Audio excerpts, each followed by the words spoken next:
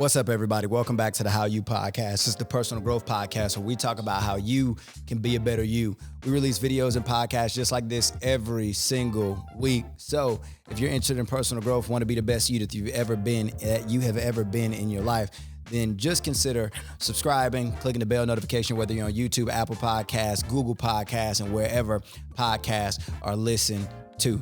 Or if you're on YouTube, make sure you subscribe. Hey man, today I want to actually give you a tip on how to give yourself a raise. How many of us right now could stand to make a little bit more money?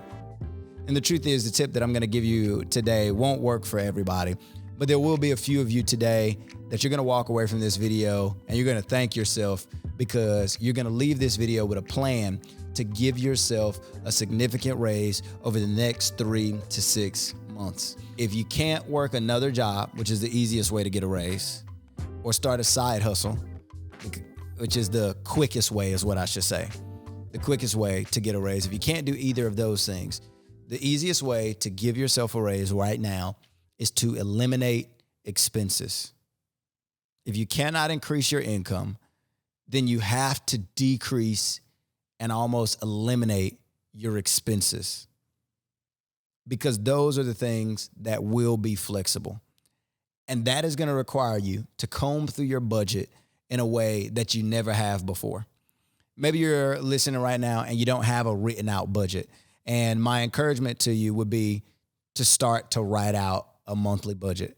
Write all of your income on a sheet of paper and write all of your expenses. I'm talking down to the dollar and the cent.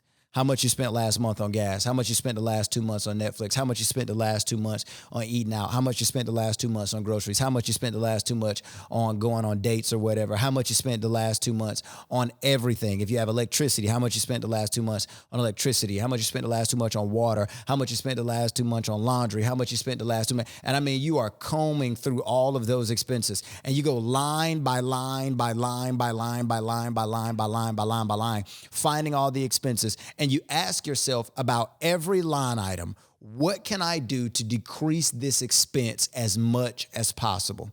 And if there's anything that you can find to decrease that expense, then you do so. Hey, I need to set somebody free right now.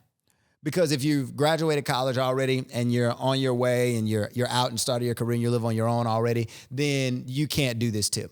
But if you are in college right now, then here's what I would suggest for you.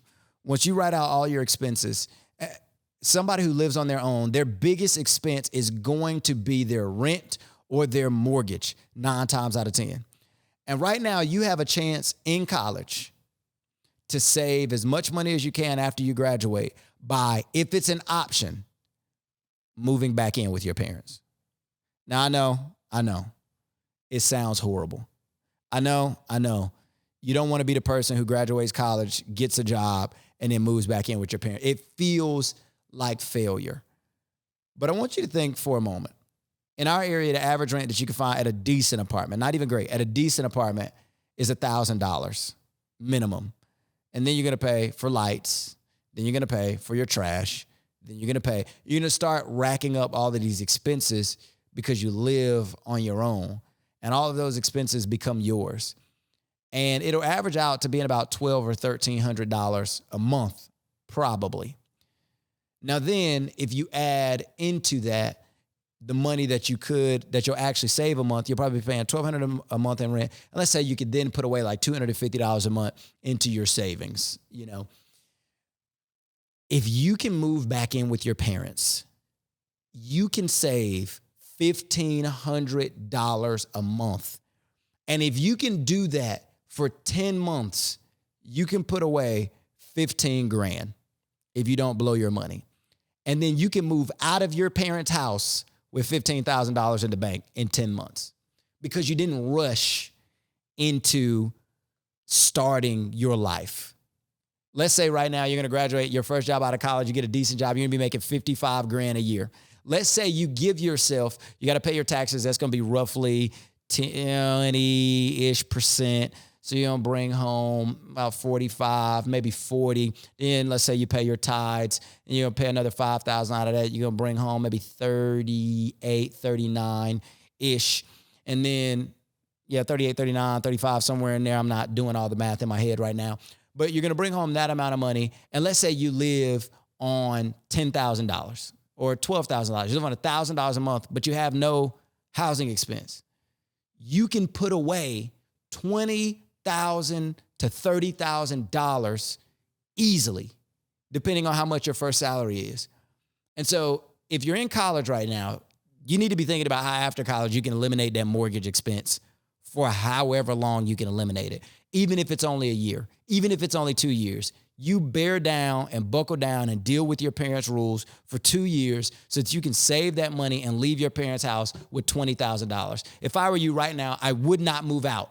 If I had a job, I would not move out until I had $20,000 in the bank, period.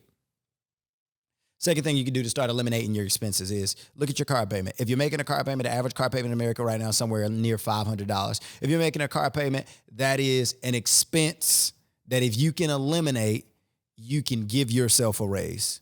And so you got to ask yourself about your current car, is it too expensive? Are you driving too much car?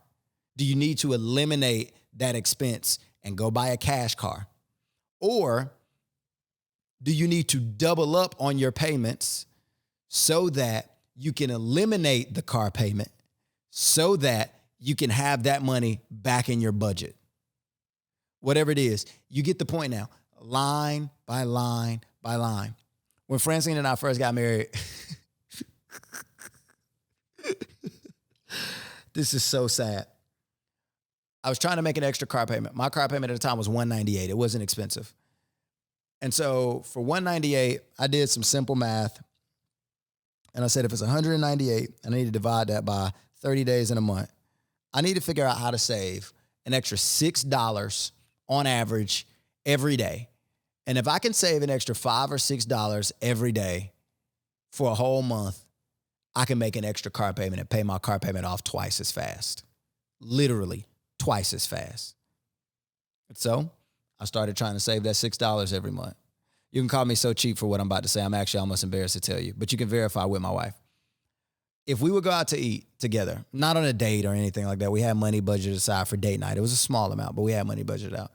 I mean, if there was a day that we said, hey, we don't feel like cooking and we're going to go out and get something to eat, I would ask Francine to choose between fries and a drink. You don't believe me? DM her, FM Maryland.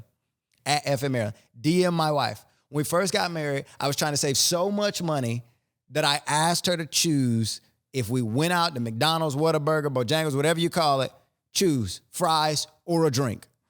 Because that $175, $185, $2 or whatever I spend not getting the meal and not upcharging it, especially in that moment, in that season in our life, that went towards my $6. Because I knew if I saved an extra $6 a day, I'd make an extra car payment.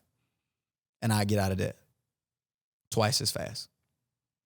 And so we started doing everything. The other thing is when we got married, I asked for no wedding gifts.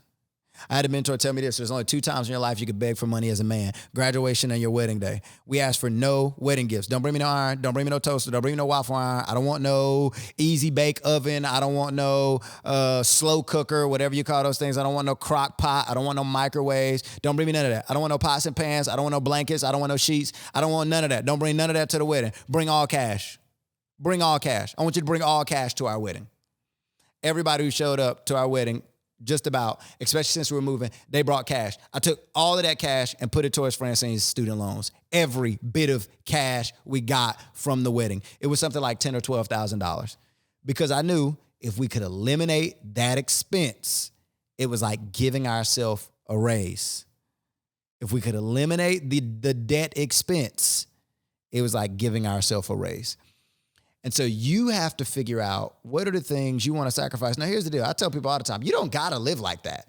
Like if you want to live, and I promise you I'm not saying this in the most condescending way ever.